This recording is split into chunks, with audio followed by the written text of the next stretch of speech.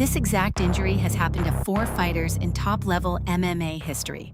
A checked kick, a snapped tibia and fibula, a titanium rod. 3 of the 4 had their next big fight decided by that leg. Conor McGregor is the 4th, and on July 11th, he has more hardware in that leg and a longer layoff than any of them. McGregor snaps his tibia and fibula against Dustin Poirier. Surgeons install an intramedullary rod, knee to ankle, plus a plate and screws on the fibula. He called it Unbreakable, and structurally for a clean fracture he's right.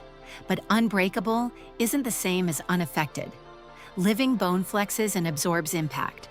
Rigid metal doesn't. It redistributes force to the tissue around it, especially right at the ends of the hardware. That's a real documented orthopedic principle.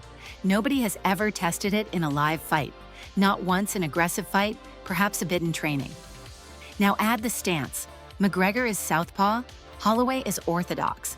That's an open stance matchup, which means their lead legs sit on opposite sides with a clean, unobstructed lane for outside low kicks. That's the exact geometry Dustin Poirier used to end McGregor's last 2 fights. It's not a fluke matchup detail, it's the same door, wide open, 5 years later, except this time there's metal behind it. And here's who's walking through that door. Holloway holds the UFC record for significant strikes landed in a career, over 3,600. He throws roughly 6.9 significant strikes a minute at 50% accuracy and absorbs far less than he lands. 87% of his volume comes at pure distance, not off takedowns, not in the clinch, just constant output. And unlike almost every fighter in the sport, Holloway's pace doesn't drop in round 4 and 5. It climbs, and this isn't theoretical anymore. Chris Weidman, same injury, same titanium rod, came back from his own leg break. His opponent, Brad Tavares, did exactly one thing for 3 rounds. Kick that leg.